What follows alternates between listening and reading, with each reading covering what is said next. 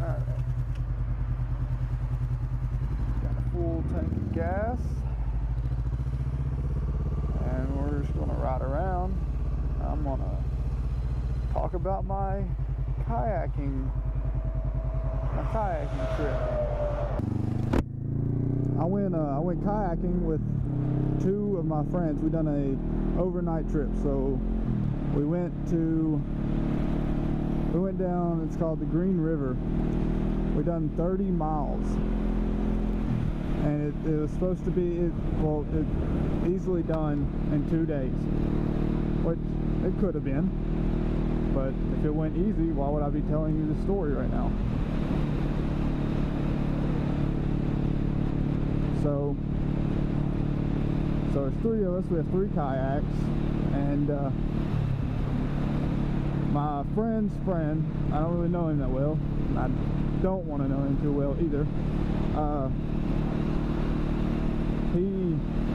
He was like, hey, I can bring another kayak and we can throw all our gear on it. And I was just like, well, how are we gonna, pull that? And he's like, oh, I'll just tie a rope to it and tie it to the back of my kayak. And I was like, that sounds like a horrible idea. But he was like, we're doing it. And I was like, you're doing it. And so we get there that morning, and I mean, I thought I was gonna be like overpacked. I've got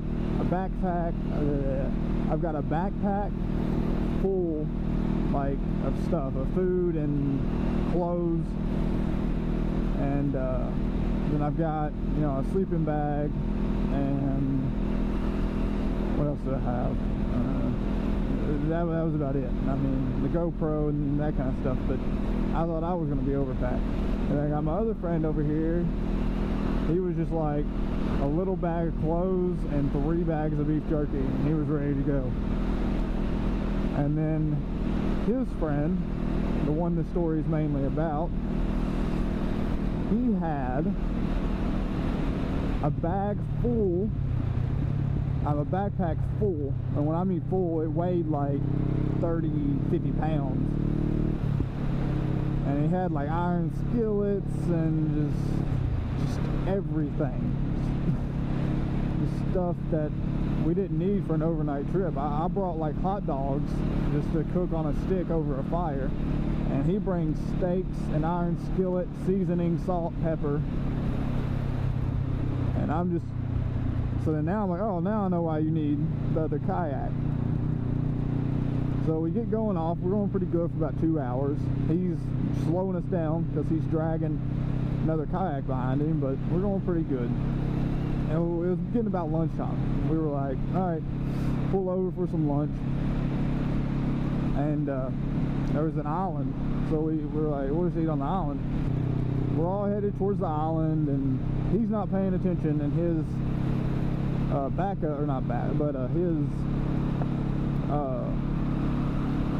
his second kayak gets the rope and everything gets wrapped around a tree, like a little, like not a full tree, like just a little tree in the water. He's stuck. I mean, like, he's not flipped or anything. He's stuck there because he can't get back to it because it's going against current and everything. So I come over and I'm trying to get the rope untangled and everything, and I look up, and now he's flipped and his foot's hung in a rope, and he's fighting to get his foot out of the rope and everything, and I gave up basically on the kayak. I was like, well, I better just help him. That seems like a more important thing to do. But when I was trying to get the rope untangled, my fishing pole got hung in the bush, and then I took on a little bit of water where I was pulling on the rope and everything, and I turned around to get my fishing pole undone, and then I get flipped over, and like right where I was, where the island split the water, the current was strong. So I go down the river, kayak upside down, I flip it back over, I grab my backpack and everything, I throw it back up in the kayak because I was an idiot, didn't have it tied in. I get all my stuff and I float over to the side of the island, pulling my kayak up on onto the shore, the bank or whatever. I look back, my cooler, it's floating down the river. My fishing pole, it's gone. So I'm like, well, it's a brand new fishing pole. I mean, brand new, not even cast out once. It brand new. I bought it just for this trip because I needed a new one. It was gone, and like I said, my cooler, it's floating down the water. So then, well, I get my kayak pulled up on the side there onto the island, and then, you know, I was in a sweatshirt because it's still not the warmest, and I started stripping off clothes because I was soaking wet and the wind was running right through me. And then I started hearing him start yelling my name, and I'm like, what do you want? 'Cause at this point, I'm not the happiest with him. You know, he's like, my kayaks are floating down the river. So then I turn around and look, and here comes both his kayaks. One's upside down, the other one with all the extra gear is still floating. I was like, well, and like when I say river, I mean it's a good river. Like, it was a solid, I don't know, 200 feet across. I don't know. It was like middle ways, so I wouldn't say 200, maybe 150 feet across. We'll say that. It was a lot. I don't know. But and you know, I don't have any rope or anything or nothing to try to even throw out there to it. And then so first thing I think of is just, well, I'm jumping in after it, because if we lost 2 kayaks, there's no way we would have got him off the island. I mean, I would have got off the island, but he wouldn't have. So I jump in, I swim across, get a hold of it, which I got a life jacket on, which helps a lot. And I get a hold of it, and then, you know, I start pulling it back towards the shore, towards the island, and I mean, I'm 150, and it took all I had to pull it over there. I'm not a big guy, I'm not, you know, and it took all I had to pull it over there. And I finally get over there, I get a hold of a tree root that the water had rushed the mud out from underneath. I get a hold of that tree root, and I'm sitting there holding on to 2 kayaks and this tree root, just hoping to God it doesn't break. And here he comes, you know. I'm like, come help me. And like he's in a wetsuit. I'm over here just in like swimming trunks and blue jeans and a t-shirt in this freezing water, and he's in a wetsuit, and he's acting like he's scared to get back in the water. And I'm like, you know, if you don't help me, because I'm done dead from pulling the kayaks back over, if you don't help me, then they're going. Like, I will just let go of them. So I'm holding on to the tree root, holding on for dear life, as he stands there in a wetsuit, acting like he's scared to get back in the cold water. And I was like, dude, if you don't help me, I'm letting go. And meanwhile, this whole time, my friend, he's just off, God knows where. He's like, I didn't even know y'all turned over till I got out of my kayak on the island. I was like, how did you not know? But he's like, and I couldn't find y'all. I ran to the end of the island. I couldn't find y'all. I didn't know where y'all were at. I was like, dude, dear Lord. But you know, I finally get him, you know, to help me get his kayaks. I just laid down. I crawled up onto the island, just laid down, and was like, am I gonna make it? Because I had not, like, I don't know, I've never felt so just drained, just because I don't know, but yeah, I just never felt so drained. And then, so we get up there, you know, we get our kayaks, we drain the water out of them, we pull them up onto the island all the way, and we start doing everything, you know, figuring out everything we lost. I lost a fishing pole, and the cooler with my food and my drinks in the cooler. He lost fishing poles, lost 2 fishing poles. He lost he lost both of his paddles. He had his paddle and a backup paddle, and he lost both of them. And then he lost a bunch of other just stuff that wasn't important.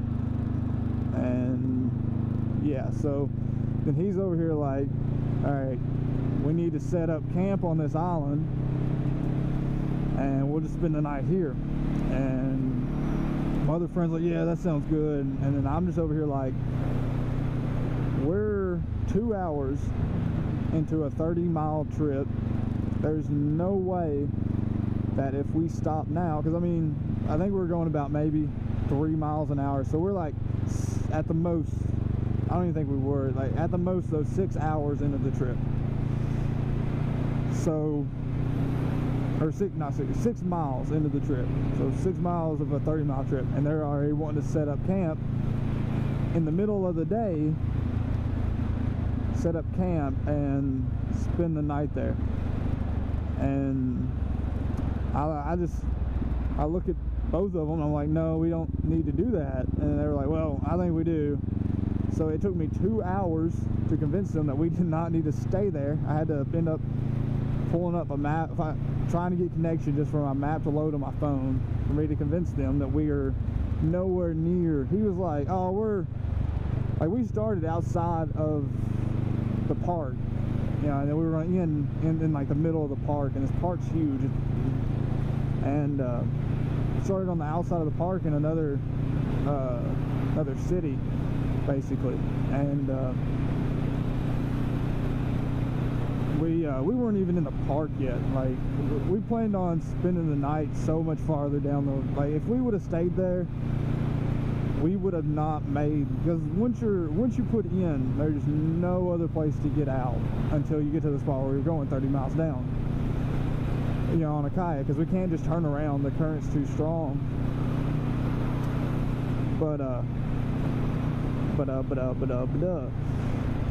So I finally convinced them, 2 hours, took me 2 hours, I finally convinced them that we need to keep going. So now it's like 2 o'clock in the afternoon, and yeah, I mean, it's going to get dark, we got to set up camp and everything, so we're basically 2-3 hours behind. But okay, well, back to the, he lost a paddle, or both of his paddles, but luckily there was just another one on the side of the river. My buddy went over and got it. I mean, if this would have happened anywhere else, there would have not been another paddle. It was just a lucky situation. That turned out to be a lucky situation, because we wouldn't have been able to go nowhere without him having a paddle. But and get him a paddle, we put back in, I put his stupid kayak that he's dragging back in, I get in, we're going down through there, I look over, I see one of his paddles on the stuck in like some trees and brush and stuff. So I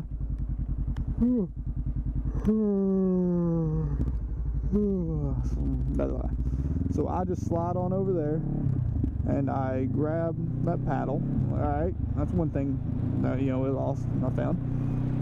And then going on down a little bit more, and I see my cooler sitting there in some brush and everything. I slide over there and pull it up back in, even though it was soaking wet, and I put it in my lap inside the kayak. I was like, yeah, got my cooler. I mean, I just really didn't want to lose my cooler because it had my food in it.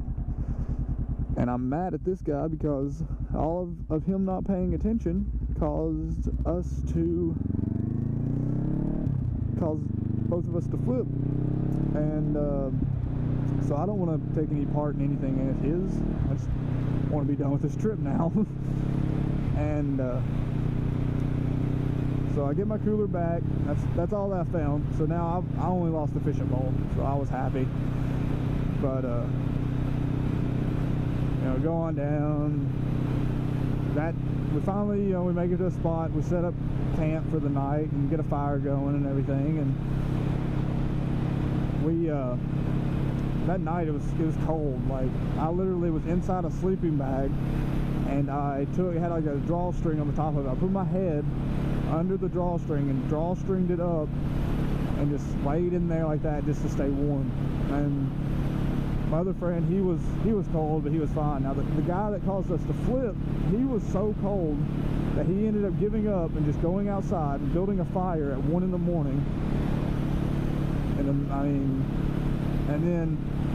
then just laying down beside the fire to stay warm out on the ground. And I was like, well, you know, I don't know if this is fair, but we're definitely even now, since you're freezing cold and then I had to be freezing cold, you know, because you caused us to flip. But and then the next day comes up morning, and me and my friend, we're just ready to be done now. We're ready to get done, go home, warm up, because we're freezing cold. And you know, all my clothes are wet and everything, which are warm while I was by the fire, but it was still wasn't a happy situation. And so we're trying to, you know, get ready to put in. He's like, oh God, we need to stay here a while. We don't need to put in just yet. We need to stay at camp. We're like, no, we're going.